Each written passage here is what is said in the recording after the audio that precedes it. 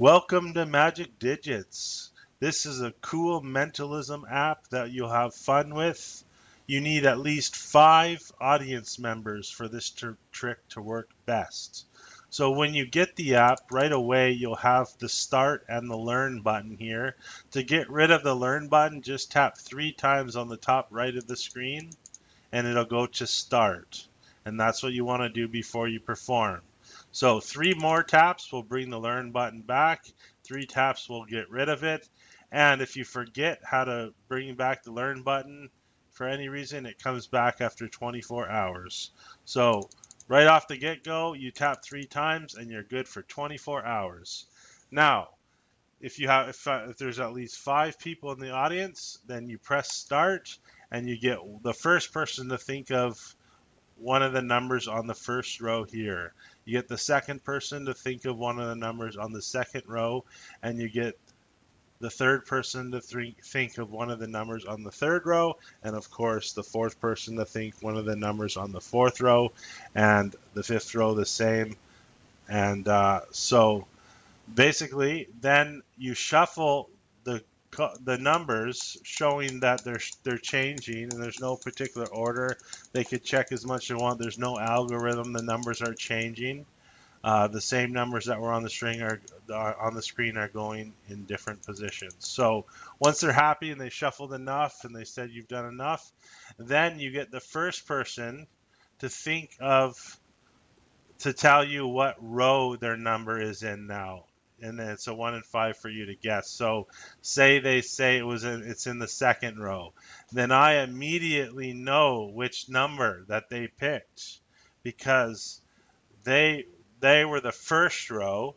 So I know right now that all of these numbers here are the same ones that were on the first row because I just flipped them from horizontal to vertical. All right. And the reason why I know that it's this one here is because the 10 signifies the row horizontally of the first person. Now the second person that picked, they say it was in the fourth row. I know it's 9 because 20 signifies the horizontal row.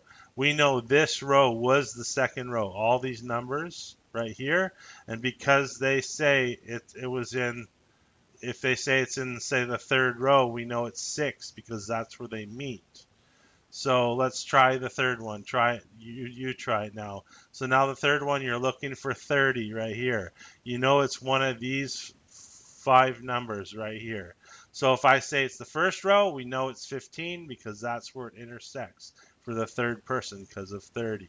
Okay, so if they said it was the last row down here, then we would know it was 44 because 30, we know it was one of these numbers in the 30. Now try it for yourself again this time. Let's say it's the fourth person. So what are you looking for? You're looking for the 40. We know now it's the fourth person that because the 40 is vertical this way, it's one of those numbers. So if they say it's the first row, we know it's 2. If they say it's the second row, we know it's 96. If they say the third row, we know it's 27. And the fourth row, it's 60. And the fourth row, it is 40. So let me give you a tough one here. Say it was the second person in the second row. Which one would it be? It would be the 20 because we know the second person is the 20 here. It's one of these numbers. And if they say the second row this way, then the 20 crosses there. So it's the 20. We'll give you a couple more to try, and that way you get it and you understand how it works. So say this was now the fifth person, and they picked the fourth row. So right away we're looking for the 50. It was the fifth person, and we know it's one of these numbers, and boom, the fifth row, it's 83. All right, try this one yourself. Let's say it was the third person. All right, so you're looking for 30 if you haven't figured it out. And they say their number was in the first row. Then you go 30, it's one of these, and the first row crosses here, it's 15. So you do that for each of the persons, You read the first person, you tell them what row there is in after you shuffle. And by the way, you can shuffle more and still go to, say, you still do it like before. Say you do the first and second person, you read their mind, you say, look, I'll even shuffle more. Now you're reading the third person's mind, the 30 is right there. So now it's one of those numbers. So whatever one they say across, it meets there. It's one of those numbers. So that's how you do this trick. It's really cool and easy. Don't overcomplicate it by thinking it's really hard to do. Just learn how to do it. It's not hard, and try it out and do it on your family and friends. And if you're becoming a magician or mentalist, this is an awesome trick to establish yourself as a credible magician and mentalist. All right, thanks for watching. Okay, one more thing that I thought I would mention is at the very beginning, let's say we restart, we're at start here. When they press start or you press start, um, basically you see how the 10 is on the first row, the 20 is on the second row right here, the 30 is on the third row, the 40 is on the fourth row, and the 50 is on the fifth row. So whenever I say wherever the 10 is, this first row is just being listed horizontally, I mean vertically instead of horizontally. So when you see the 10, you know those are the numbers. So basically what I'm saying is that you cannot shuffle right away. The first person has to think of the first row, and it must be the first row. If the first person thinks of another number on another row, it's not going to work. So you gotta, when you pick the people, you gotta remember, oh, which one was first, second, third, fourth, and fifth.